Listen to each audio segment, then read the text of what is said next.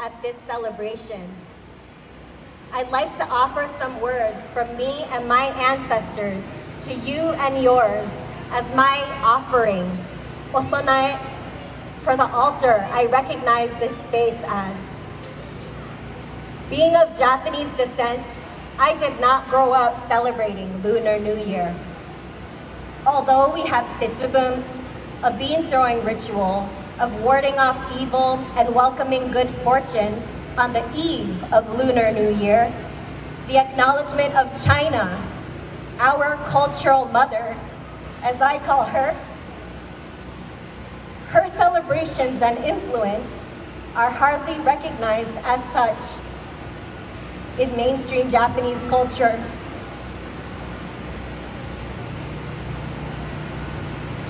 Is this due to the Western Empire's scheme to other us from each other?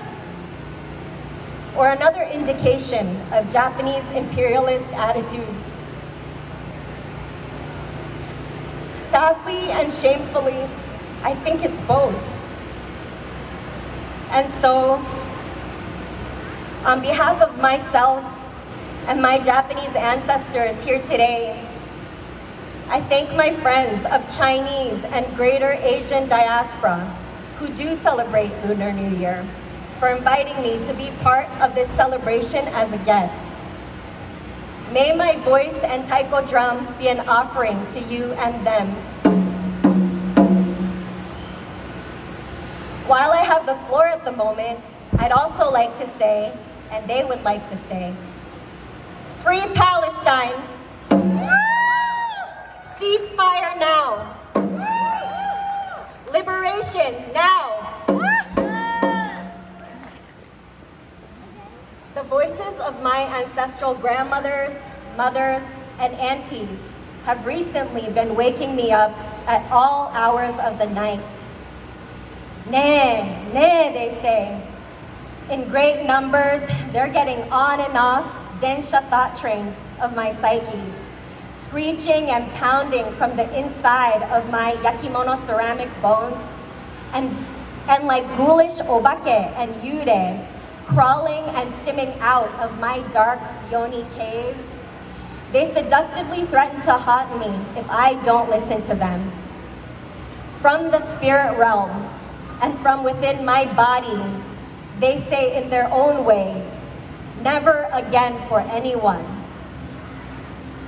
My ancestors' interdimensional nudge felt more like a painful upheaval in my physical body when the first internet blackout occurred in Gaza during the recent genocidal bombardments. My ancestral body, the unfertilized egg that I was in my grandmother's womb when the atomic bombs were dropped onto Japan during World War II, tensed up and hardened our epigenetic trauma into volcanic rocks in my upper back. I rocked back and forth and cried aloud from the pain in my back and in my heart as I reactively chanted, Nam Myoho Renge Kyo, Nam Myoho Renge Kyo, Nam Myoho Renge Kyo, in front of my Buddhist altar in pain, the terror and agony of knowing what was happening in that blackout. My ancestors, first of all, want me to acknowledge the claws and shadows of our history. Our ancestral military government committed the Asian genocide, murdering over 30 million people under the sick and delusional idea of prosperity throughout China, Korea, Taiwan, the Philippines, Vietnam, Thailand, Cambodia, Indonesia, Malaysia, Singapore, Hong Kong, Macau, Burma, Laos, Mongolia, Guam, Wake Island, Gilbert Island, Palau, Melanesia, Micronesia, Borneo, Indochina,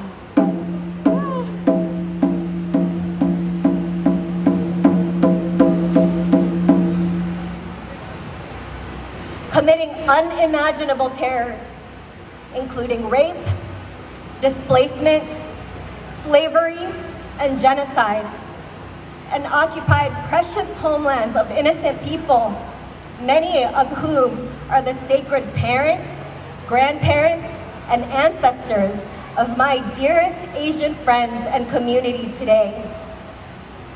On behalf of my ancestors and my motherland, I would like to say to you and yours,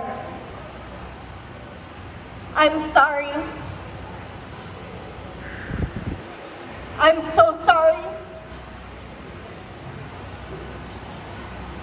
本当にごめんなさい。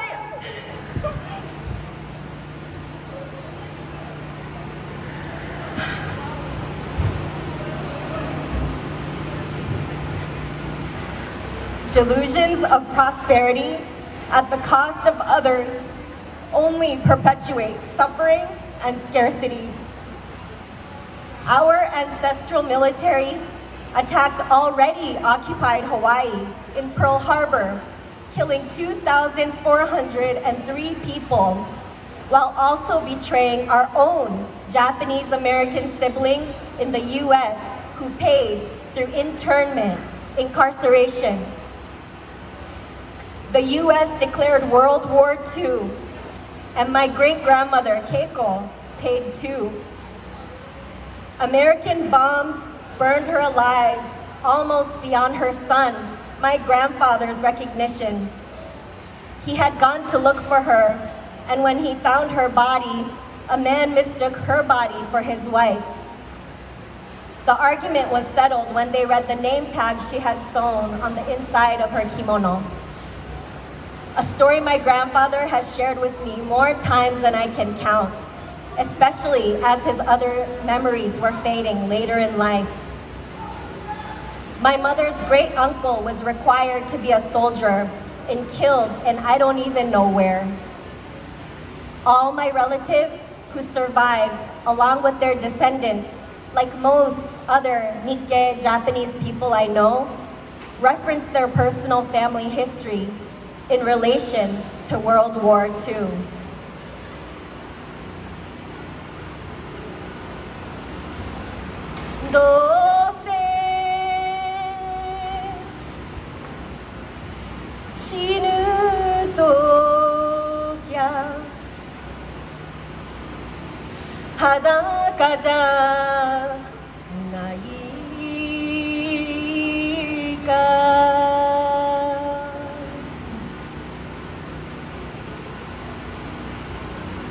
Sometimes I would be in healing spaces where we're asked to think of our ancestors.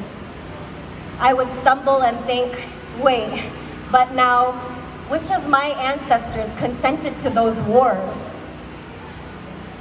Unanswerable questions frozen in time. Will history books say I'm consenting now? Even as the hypnosis of mainstream education, psychology, and culture, designed and financially backed by global capitalist power play and Western-led imperialism, continues to do its utmost to cause and brush aside atrocities of past and present under the rug.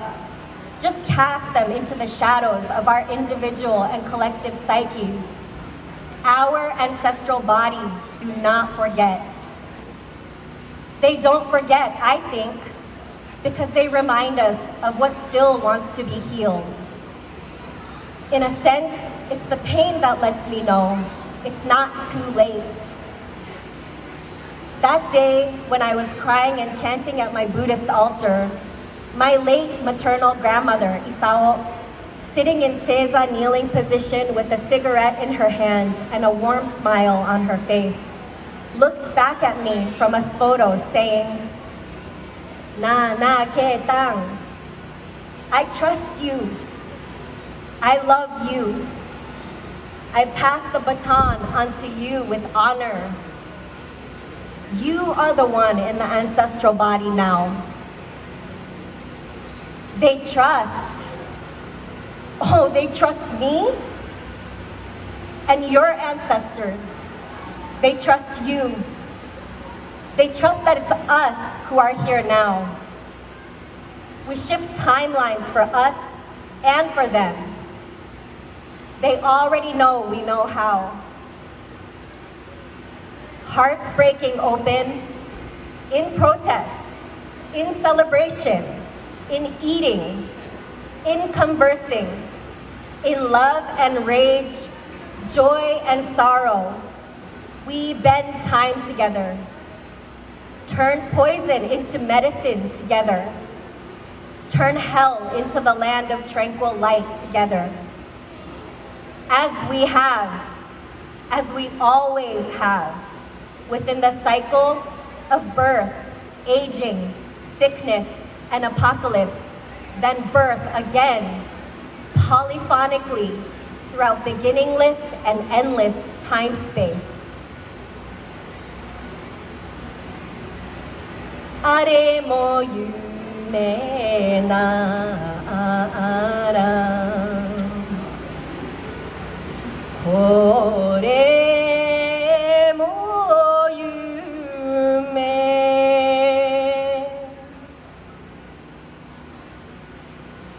As our interconnected pains and joys of times past and present, near and far, compress us from the outside in, we can remember that our love, healing, and fight to live emanates from the inside out too. The volcanic rocks in my upper back, the tense bamboo rod that lock them together, are becoming Garuda wings. Burden and despair transforming into flight and faith. As we embody a new paradigm in this time being, small as the spiral we are in this space, I trust it is a centrifugal force that tells the earth we want to keep spinning with her, that we are riders of Thunder Emerald Dragon. Haiko